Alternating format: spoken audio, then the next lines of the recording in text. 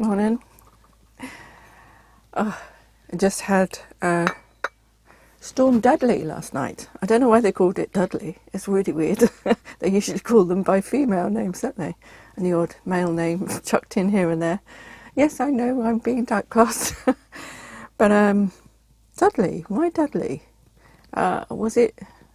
I suppose you can get a male name, can't you? Dudley Moore. But they're few and far between, aren't they? Anyway, last night the camp was rocking away and a few of the caravan windows have been blown out. I don't know how that's happened. It's really weird. But I guess the farmer will be asking them all to sort themselves out. Oh, it's a shame, isn't it? I guess they're only plastic though, aren't they? Windows in caravans. I'm not sure. But anyway, apparently we're going to have a much worse storm tomorrow. And that's a female name. Eunice, I think. Something like that. Anyway, what did I call for today? What did I want to talk about today? Just all the things that are happening all over the world. Really quite unpleasant at the moment, aren't they? The past 2 years, I think they're just hammering at home that we are useless eaters and we are at their beck and call. And it's not very pleasant, is it?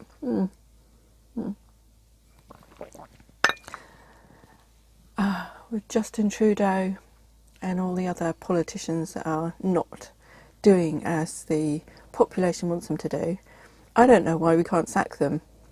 Does anybody know why? Is there any reason? Is there any law that prevents the population from saying, no, you're out of your job, you're not doing it properly, you're not doing as you said you would? I mean, even in Justin Trudeau's parliament himself, people are calling him a hypocrite, which is a good thing because hopefully they will oust him out. I don't think that these people should be afforded the dignity of resignation. It's just saving face doing that. And then, if they've done such a bad job in Parliament as an MP or a PM or whatever, they shouldn't be allowed to enter that cloistered chambers anymore, should they? No. No, they shouldn't. Shouldn't be allowed to. Yeah.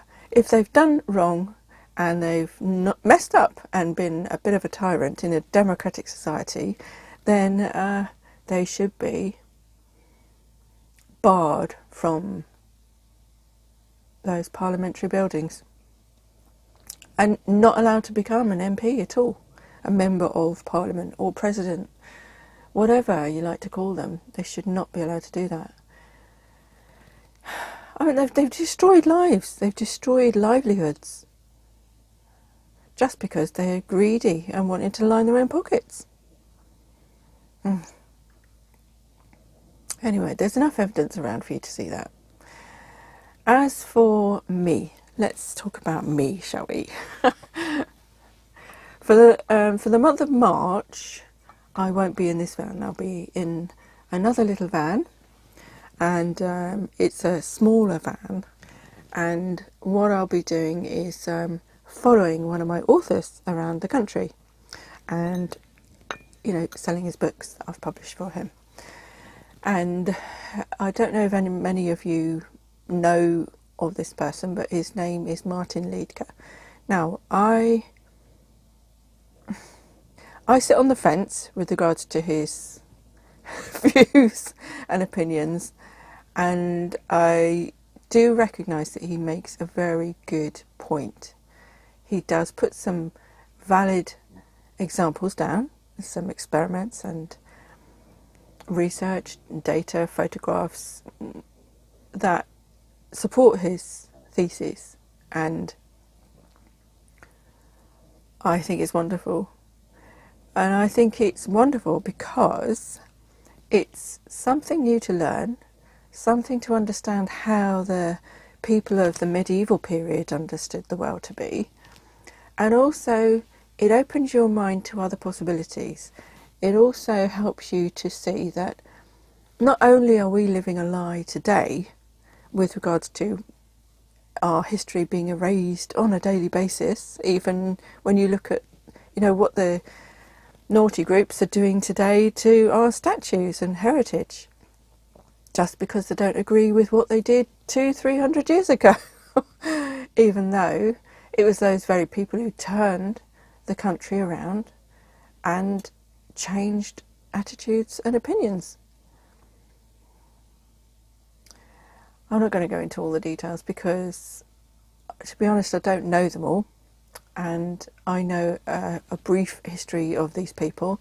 If I were to delve deeper, then I would find out a little bit more. But the thing is, there's never one side to every story. There's always several sides, not just two or one or whatever. There's always several different points of view. And that is the point of a democratic society. Because in a restricted society where you're run by a dictatorship, you are forced and funneled down this line of thinking and being and doing that may not agree with what you're thinking, being and doing. But in a democratic society, in a free so-called society, you should be able to express those views, write about them, tell people about them, and have a debate, a healthy debate. Not an argument where you end up in fisticuffs, but you should be able to discuss things, explore different avenues, open your mind to wider points of view, and be able to accept that everybody is different. And that's a good thing, that's healthy. But when you have one person saying that you only have to do this and you're not allowed to do all of the others, that creates tension, it creates restriction, it creates a funneled vision, it creates people with an inability to think and be creative. And have you recognised all the points in history where they've gotten rid of their dictators? Soon afterwards they had a flourishing creativity, inventions. People were able to let their voices be heard. Of course, not everybody agreed with everything they said, but they were able to express themselves.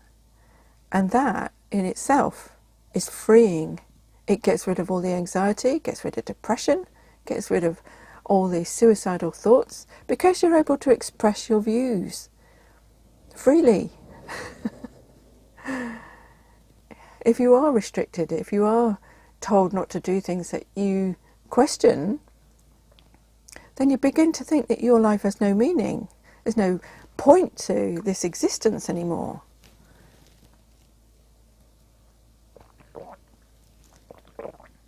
We're not able to use all of our resources.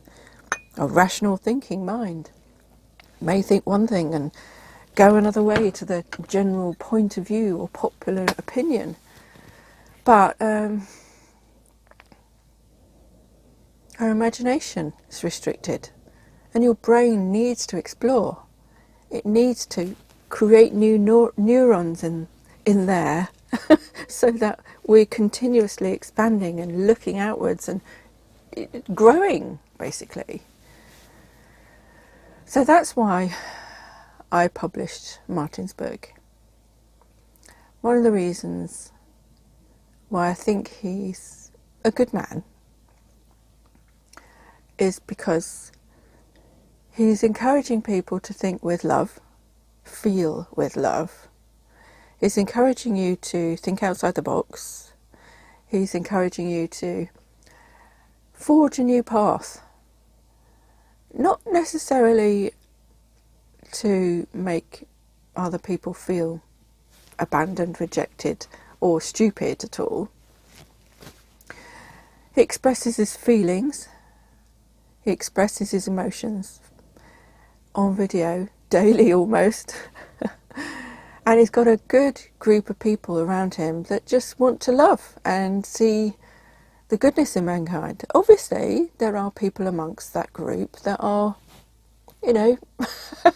cause a little bit of trouble. But that's the point of being able to have a democratic society, being able to listen to all these points of views and either accept them or discard them, debate them, show them how you think or don't think, agree or disagree.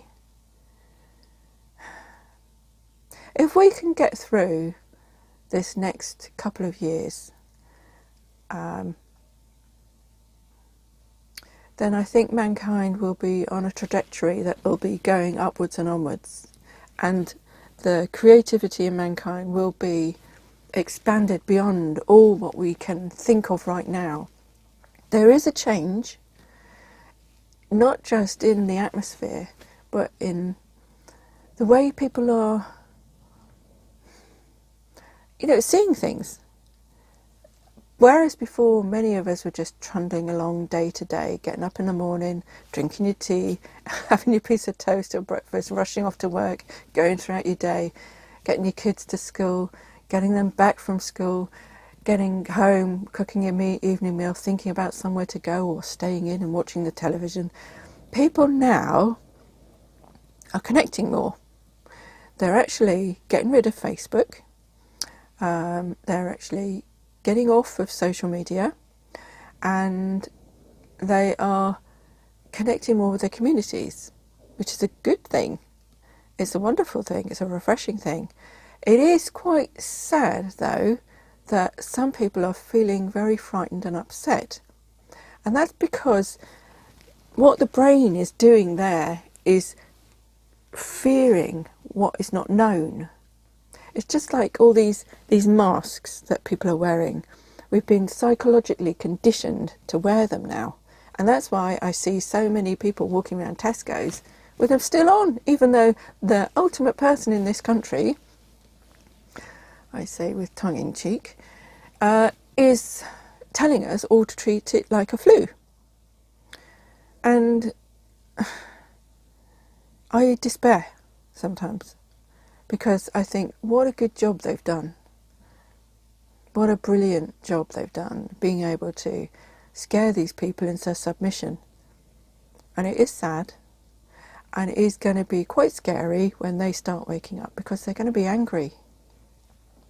They're going to be feeling as though everybody else is looking at them as though they're fools. So they're going to put that out to other people. And the ones who are awake right now and have accepted and gone through all of that terror already, well, we've just got to understand that. Go through a heart-based emotion for them, not head-based. Because if we are all in our head, then we're going to be thinking and judging and assuming things. Even though these people who are not quite there yet, not awake to what's going on in the world,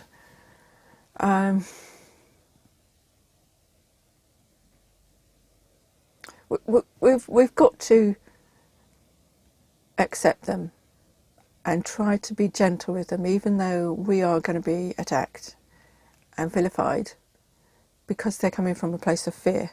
And that's what a bully is like. They are coming from a place of fear, and they're attacking you before you attack them.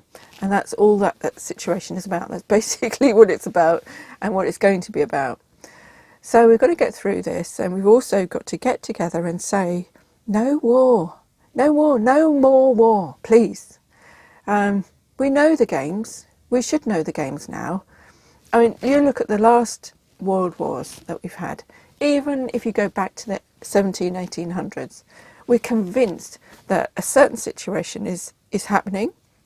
We are being attacked from without or from within, and we've got to go out and defend ourselves. And what we've been told now?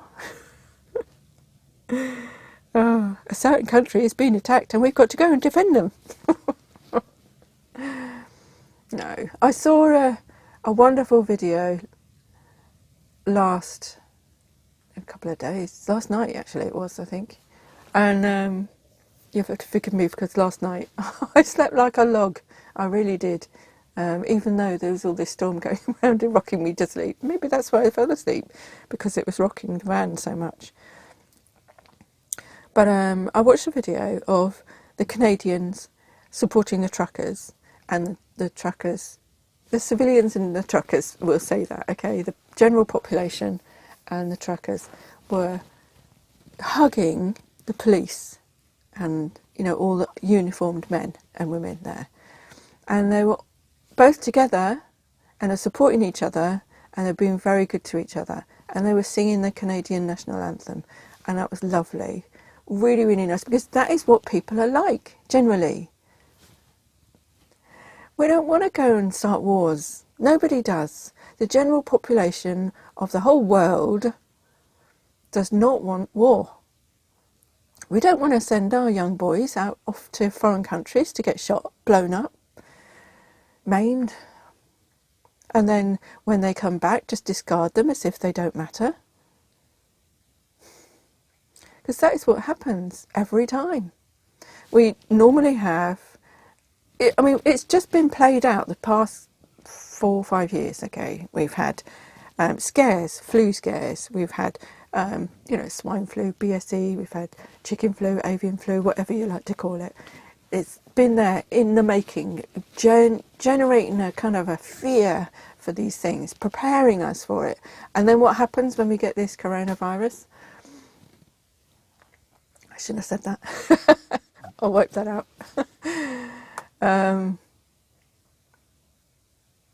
Then they start telling us, shut down, keep away from each other. They call it social distancing, but it's not social distancing. We're social animals.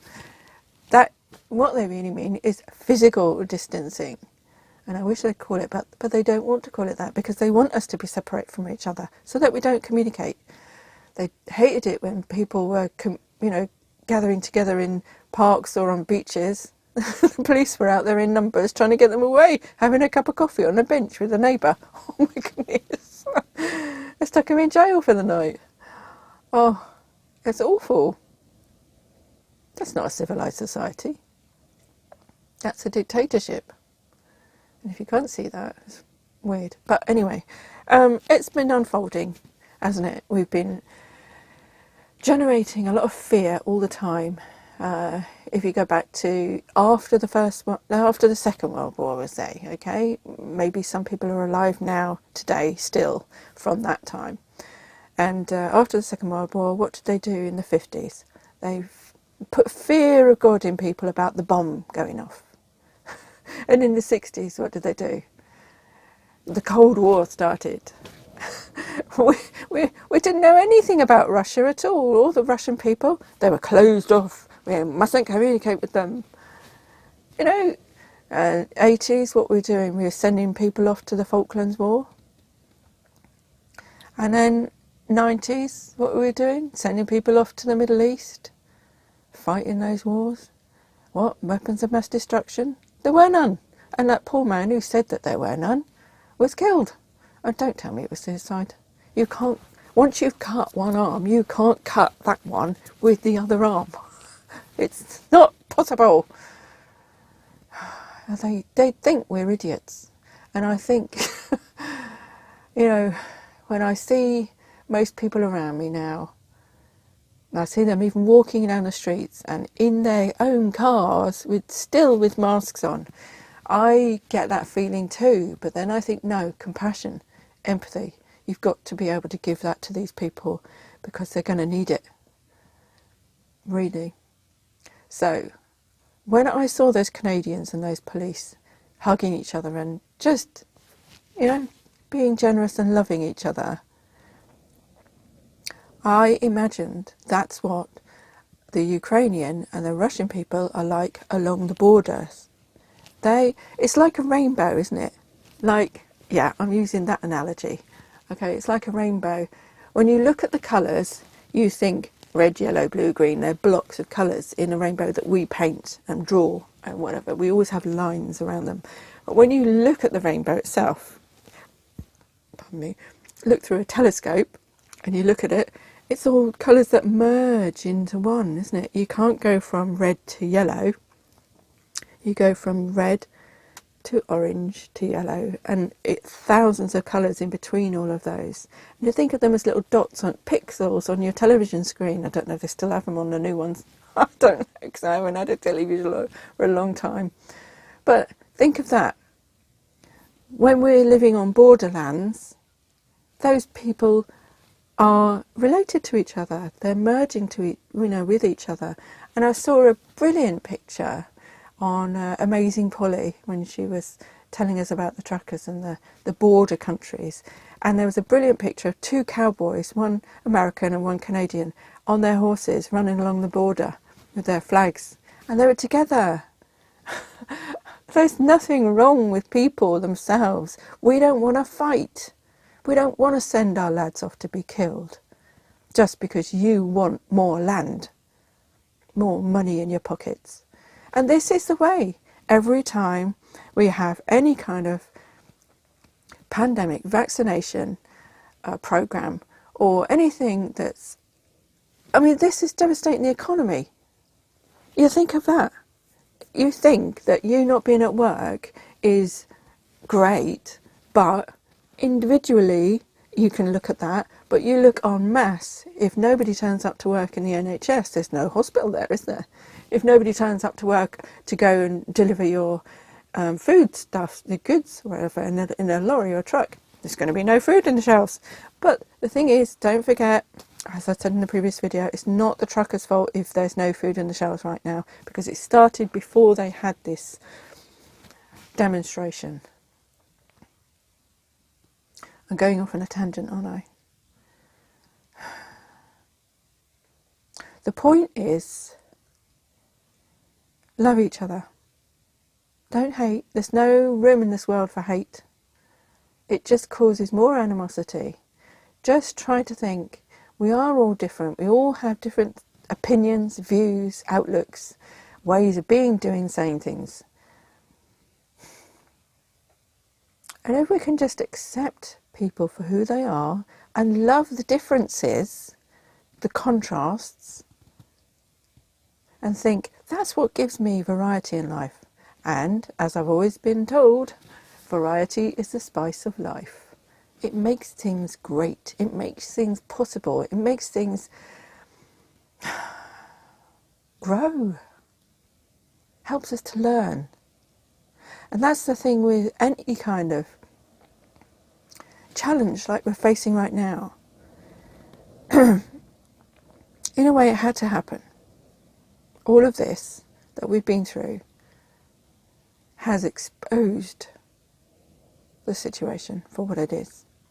It has shown us who can be trusted and who can't. At the moment, we're still figuring out who can be trusted. We're wondering, if we don't have all these greedy, malicious, bully type politicians in position right now, then who do we have? Again, I don't know why we can't sack them. I don't understand. If I was an employee in a company and I wasn't doing my job properly and I was being mean to everybody else, I'd be sacked. So they should be applied to the same rules. You know, the same rules should be applied to them. They should be adhering to the same rules. And I can't understand why they're not. Anyway, I've been going on for long enough, and I think I need to end it here because my teeth gone cold and I want something to drink and eat before I have to go into the cabin. But anyway, over the next month in March, I'll be in the little van and I'll be following Martin up the country. We're going to go from Cardiff to Torquay to Glastonbury, Bath, and then I think Lincoln, and then I think York, Whitby. I think there's Leeds and Edinburgh. I'm not sure about Leeds, but I know they're going up to Edinburgh and then to that wonderful church just south of Edinburgh, I think it is, Rosslyn Chapel. Anyway, if you'd like to come along, if you'd like to meet us all, then go to Martin's site because you can buy some tickets there. All right, and come and meet me. All right, just come with an open mind if you do. Even if you're like me on the fence, whereas I'm slightly leaning towards the possibility of his way of thinking, because he has got some valid points, even though I think, oh, this is crazy. It's because my mind is thinking in a certain way and it's been conditioned to think that way. Just as people with the masks, if you do anything more than 7 days on a trot, you're conditioning your mind to think that way. But we've had like all this educational system from the age of 5 through to 13, 16. That's if you stayed at school. If you didn't, well done you. If you were truant. Because that way has opened your mind to other possibilities. The educational system blocks your mind and teaches you a certain way and certain things. It's up to you to have wonderful parents that have taught you other things, taken you places, shown you the world firsthand.